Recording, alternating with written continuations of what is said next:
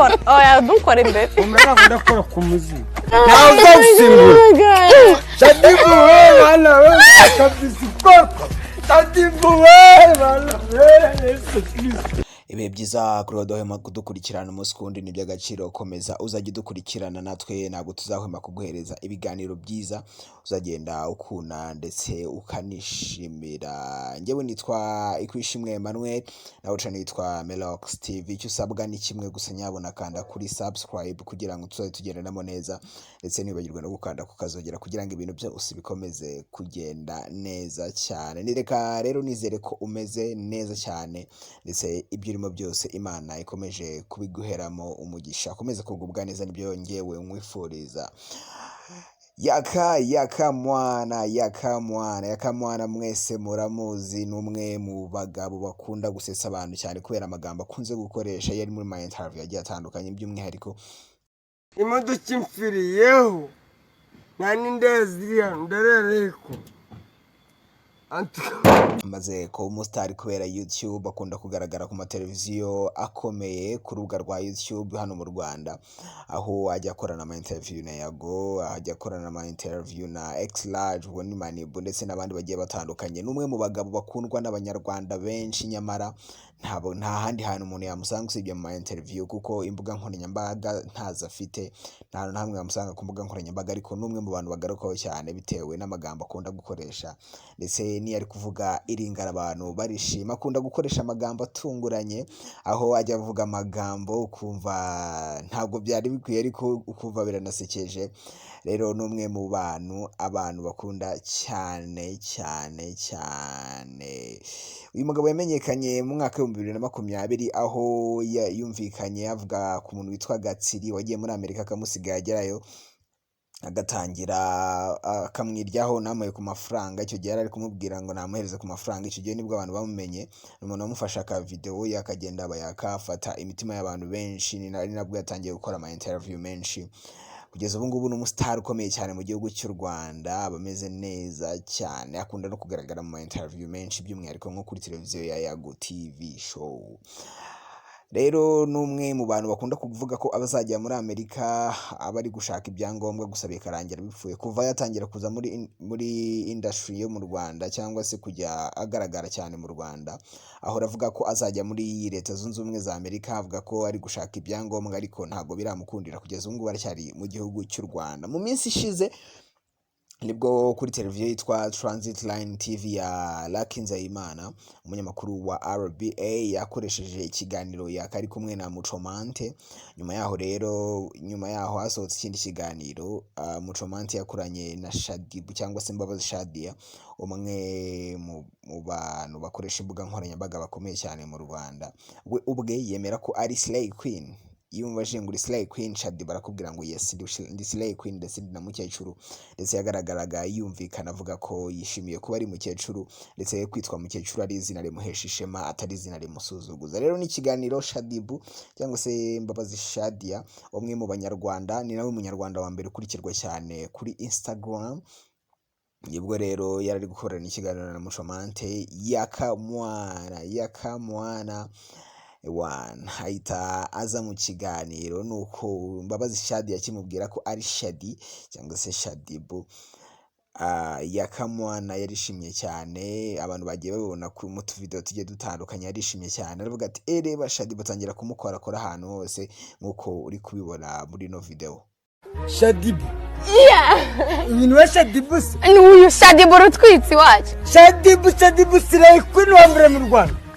Ego ko bikemari Shadibuka ni wewe pesha nkubita kabizu shasha zibu shayewe nkubita kabizu shasha zibu shayewe mboro haguruka umwereke ko ari wowe Shadibu. Ni wewe haguruka umwereke ko ari Shadibu mwenyewe. Si nguyu se wamubonye? Shadibu ni wewe neza. Ni njye Shadibu. Kora oya dukora imbere umwana ndakora ku muzigo nawe uzagusimbura Shadibu we bana we kabisa koko Shadibu we bana Yesu Kristo. ngira ngo abibonye ukuntu Yakamwana yishimye akimara kubona Shadibu ndetse akagenda anamukoraho agenda anamuha n'utubizu tugiye dutandukanye cyane. Mu kiganiro Shadibu yakoze umukobwa yakoranye na Muchomante wanagaragaye mu kiganiro yakoranye na Yaka. Muchomante yagaragaye ari kuvuga iringara hamwe na Yakamwana, umwe mu bagabo bazwiho kuvuga iringara cyane ndetse biba byumvikana ko azi iringara ryinshi cyane.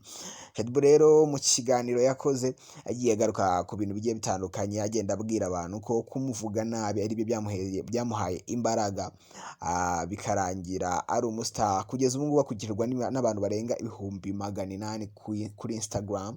Umwe mu bantu ni nawe muntu wa mbere ukurikirwa cyane kuri Instagram. Shadibu yagiye agaragara mu tuntu twinshi tugiye dutandukanye, aho yigeze kugaragara ari kuri Royal TV, ni televiziyo itakiri gukora mu gihugu cy'u Rwanda ariko yari iriho.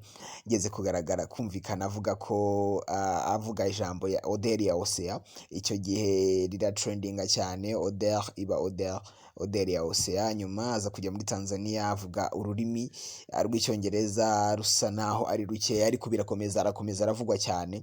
Icyo gihe yari yagiye muri show izateguwe na Diamond Platnumz.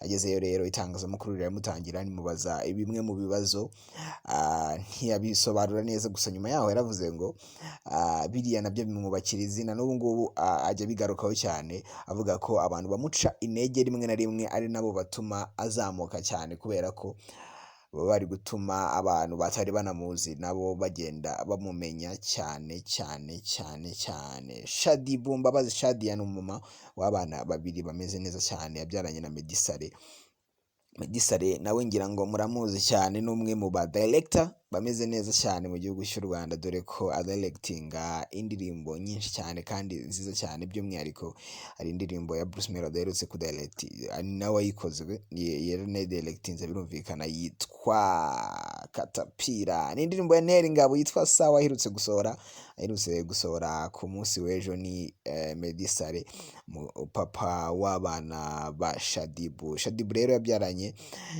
na Medisare abana babiri b'abakobwa beza cyane kabisa, nabo ajya ashyira ku mbuga nkoranyambaga ze, n'abana baba basa neza cyane. Ni umwe mu bagore cyangwa se mu bari n'abategarugori batigeze bacika intege, dore ko bavuzwe cyane n'ubu ngubu baracyavugwa, byaba ibyiza cyangwa se ibibi, ariko n'umwe mu bantu bashikamye kugeza ubu ngubu ameze neza cyane, nta kintu na kimwe cyamuhungabanya.